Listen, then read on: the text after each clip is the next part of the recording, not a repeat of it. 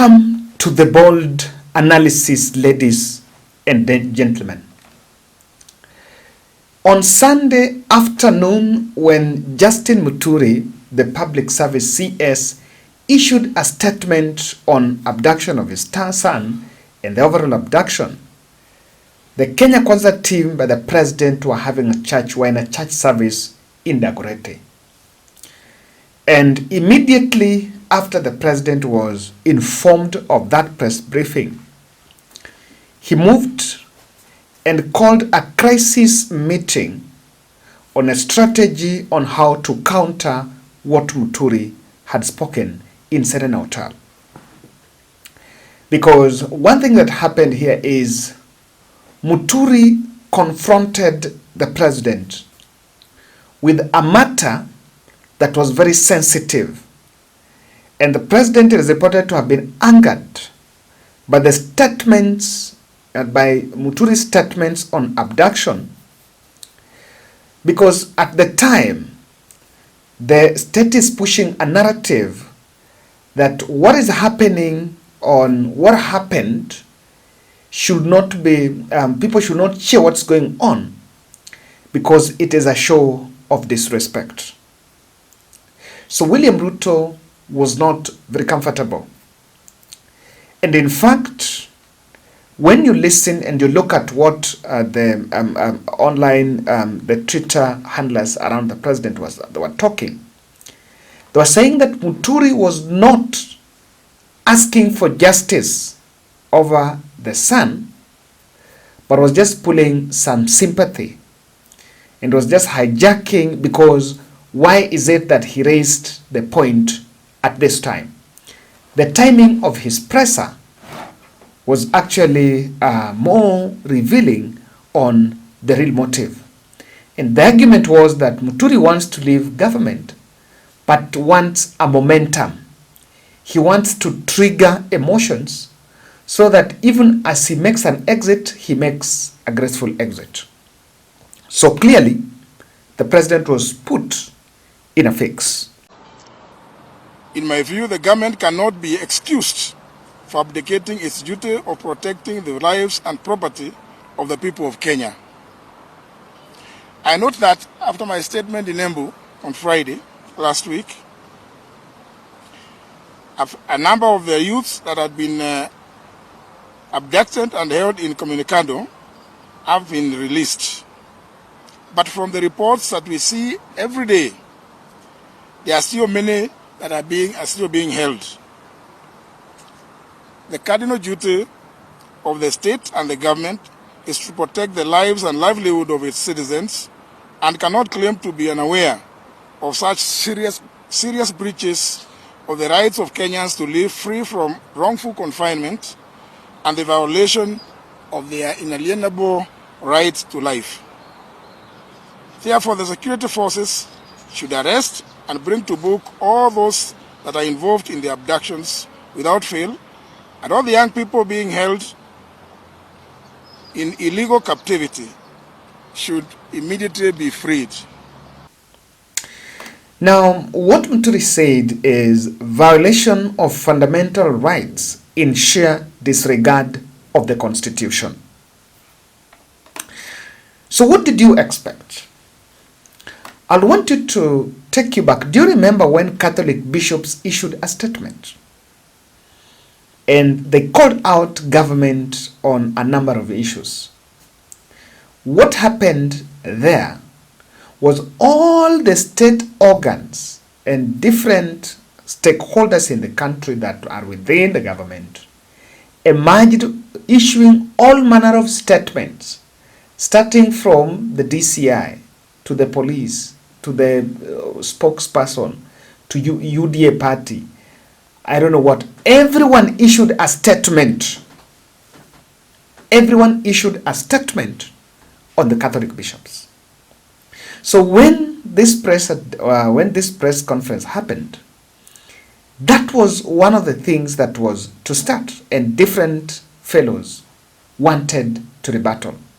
But if you look at the sensitivity of the matter, if you are not police and DCI, if you're not in that security sector, if you're a politician, it is not very easy to come and counter what Muturi said, because you will be seen as supporting abduction. Now, these were the fellows these are the stakeholders that were supposed to respond.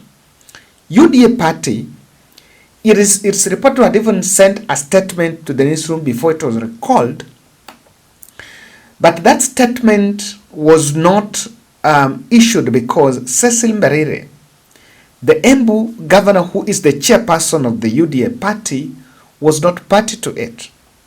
Cecil Mbarire is also reported to be making considerations, alternative considerations, being that in Embu things are hot. The recent abduction of the Embu guy seemed to have triggered a very good big onslaught against Mbarire, who is the chairperson of UDA party.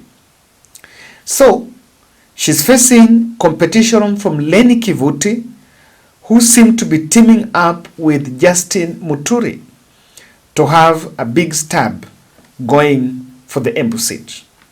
So she could not come out and even be part of that statement. We'll once analyze about that.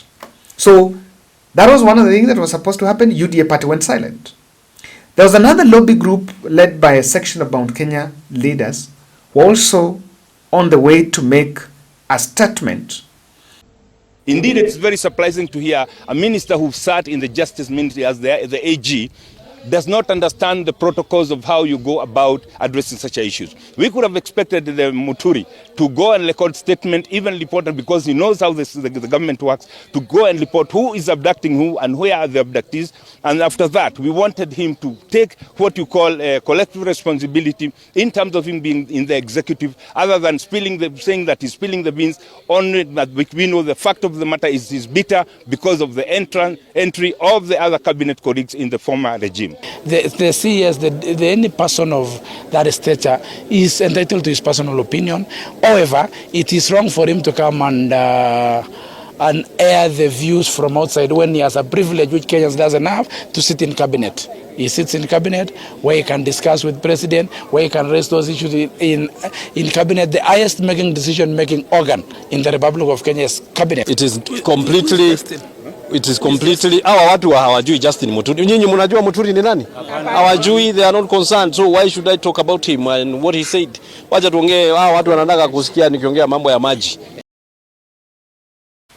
Now today, so William Ruto called his troops for some silence, just to withdraw, to retreat a bit, so that they strategize.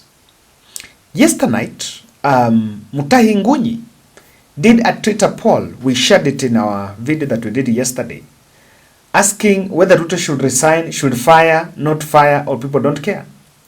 That Twitter poll, if it is still there, it showed majority of Kenyans don't care about whether Muturi is don't care whether Muturi is retained or fired. I want us to just look at that poll. I did it yesterday. I don't know whether it was pulled out. Yes, it was pulled down. Yes. Yes, remember that Twitter poll that Nani shared, that Mutahi Ngunyi posted. It was pulled down. I think it did not serve its intention. It is here. Fire Justin Muturi, replace him with Clever Luo. 60% said do not care. This is after 8,000 votes. 16% fire. Put a Luo, he changed it. Yesterday, it was not put a Luo.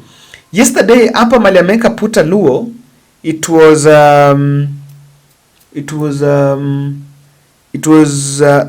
don't fire something. Put a Luo was not there. Yeah, put a Luo is there. 15%, and then do not fire 7.8%. So don't care was 60%. Now that happened, and today Marian Keitany made this statement. The highest organ in the Republic of Kenya ambaye decisions inatengenezwa inaitwangwa cabinet.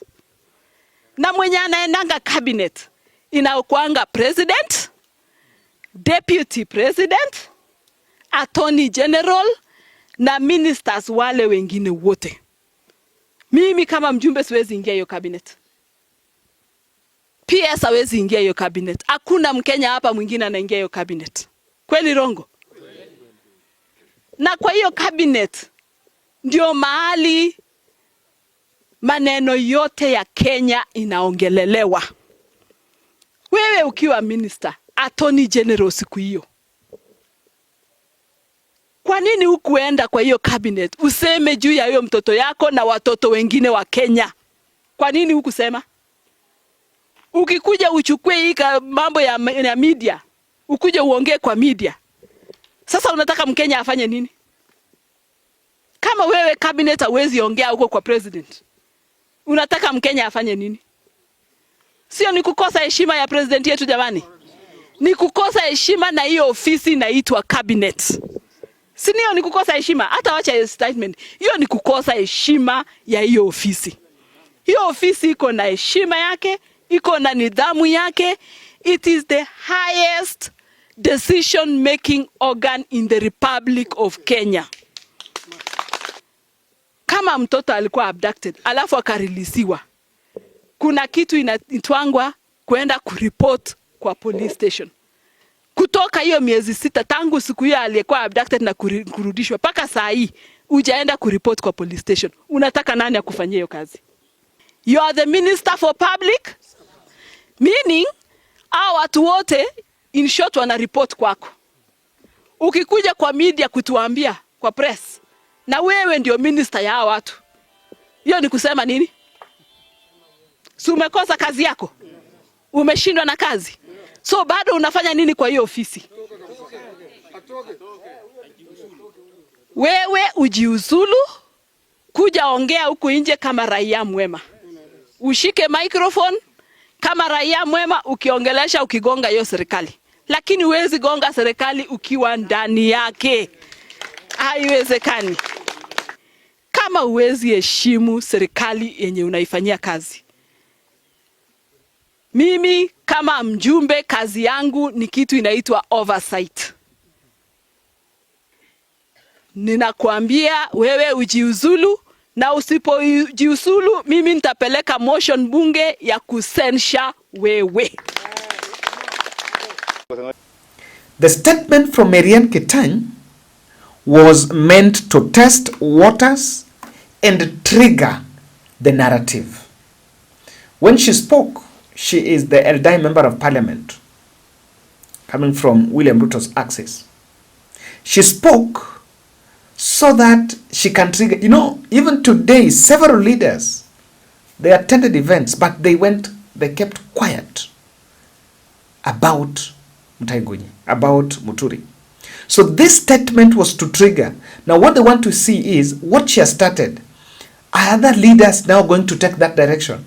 Because what she wants is Muturi to be condemned, to resign, so that by the time William Ruto makes an action even of dismissing him, it would have gained public traction. But what is your question today? Let's try to, I want it to be Muturi. If you are in the shoes of Muturi, is it right to criticize Ruto administration while in government, or he should be out, he should just resign, then criticize when out? From me, I don't know what you think. What do you think should be? If you ask me, Muturi should not resign. I don't like quitters. You don't quit. Muturi should not quit. If you want to call out Ruto administration, let him call him out there.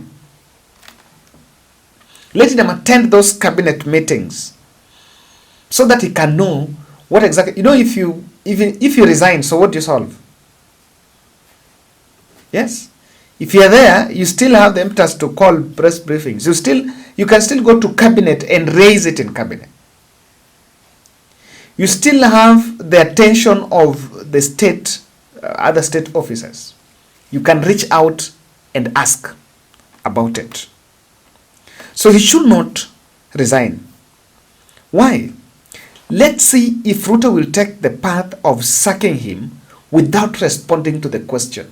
Today, if the cabinet does a reshuffle and the first person to be sacked will be Muturi, what will the people see? It will be a practice in, he will see himself as a coward, because it seems if someone raises a question and instead of responding, you kick that person out. In fact, it will be like Ruto has kicked out Muturi. Even though we know that Muturi might have made a conscious decision. By the time he was making that presser, he must have made the conscious decision that either way, sacked or resign, his heart is not in the government. So let's see if, and that's why Mia will be, look, Rigathi, I've always been saying Rigathi didn't resign. Rigathi went to the wire and he built his momentum from there. Rigathi would have resigned, it would have been so easy for Ruto to run away with it. All that drama and humiliation wouldn't have happened.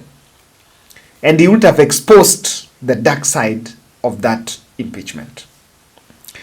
Now, today, that is the first thing that happened. So that is the first person that reacted.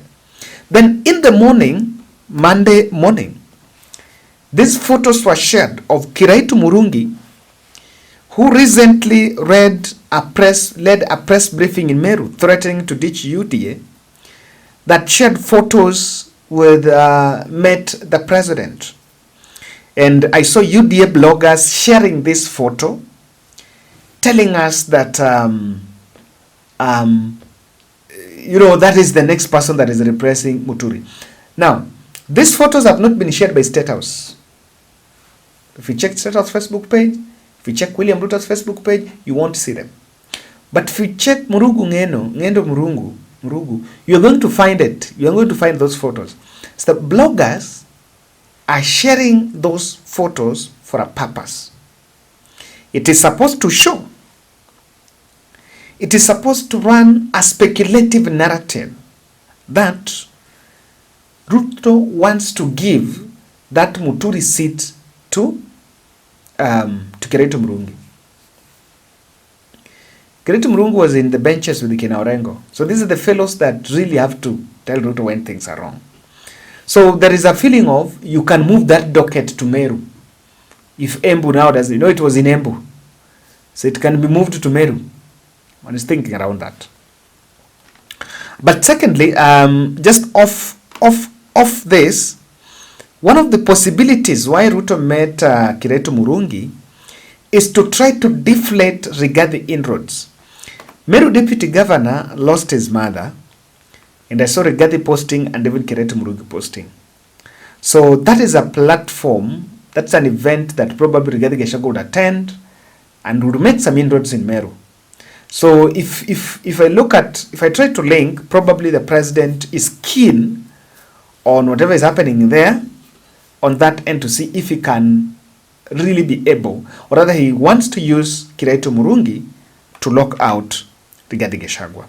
Now, one thing that happened is, in that crisis meeting, vocal Ruto allies, Ichung'wa, Sudi, Arun Cheriot, Cherargei, you can name them, Betty Maina, they all went quiet. They all went quiet. Why there was that silence? Why he called them to retreat? Even an ultimatum to resign is there, but I think that ultimatum to resign is part of the narrative building. But he called them to retreat. Number one,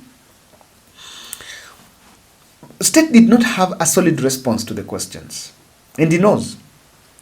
The question of, I've not found a report about the abductions of my son, is a question that cuts across. And Ruto knows very well that these troops, all of them, they don't have an answer. They may not even know what's happening. Who is abducting the people? So many people don't know. That is not information that can be at the disposal of everyone. So probably that's one of the things that the State did not have a solid response to the queries that Muturi raised. Number two, could Ruto be pursuing some ceasefire? Sometimes you need to think outside the box. Ruto might see that this is an exit. And instead of being seen as probably chasing Muturi from government, sacking him or him resigning, he could be now planning to retreat because he cannot win. He has lost the information war. He's lost the messaging war with the people. That is not there. So he might decide that instead, because if I lose Muturi, if I lose Muturi, the other person who is likely to gain, our opponents are likely to gain, he could be pushing for a ceasefire, a sit down probably with Muturi, and find out if he can iron out issues. Because one of the things I know is Ruto doesn't want things to go public. Ataki hiyo mambo ya vitu tangazo mbele ya watu. Hapendi hiyo. He doesn't want that, and he will do everything to stop that. I think the other issue that also was on consideration is regard the shadow behind Muturi. And you don't know, is Rigathi shadow behind Muturi? So if you sack him or you go strong on him, you never know. Probably they're just waiting for you to go strong on Muturi, then the next minute another cabinet person, another statement from another cabinet member, or another statement from another state officer. And again, probably you don't know who are with Muturi. You can go after Muturi. Before you know, Uhuru Kenyatta Secretariat is also issuing a statement. Or at that time, another cabinet member is also issuing a statement. So it did not know the scope of what Muturi is eyeing with that cabinet exit. If he was planning to exit and leave Rigathi, then if you issues a statement, then tomorrow you sack him, you've played to his game, and that is why Ruto is so cagey on what to do. And lastly, I think they understand that there are deep internal wrangles just spilling in the public. Several. Today, head of Presidential Delivery Unit issued a statement saying he's leaving government. So there's so much things happening behind the scene. And sometimes if you just rush, you might end up causing more damage. Thank you.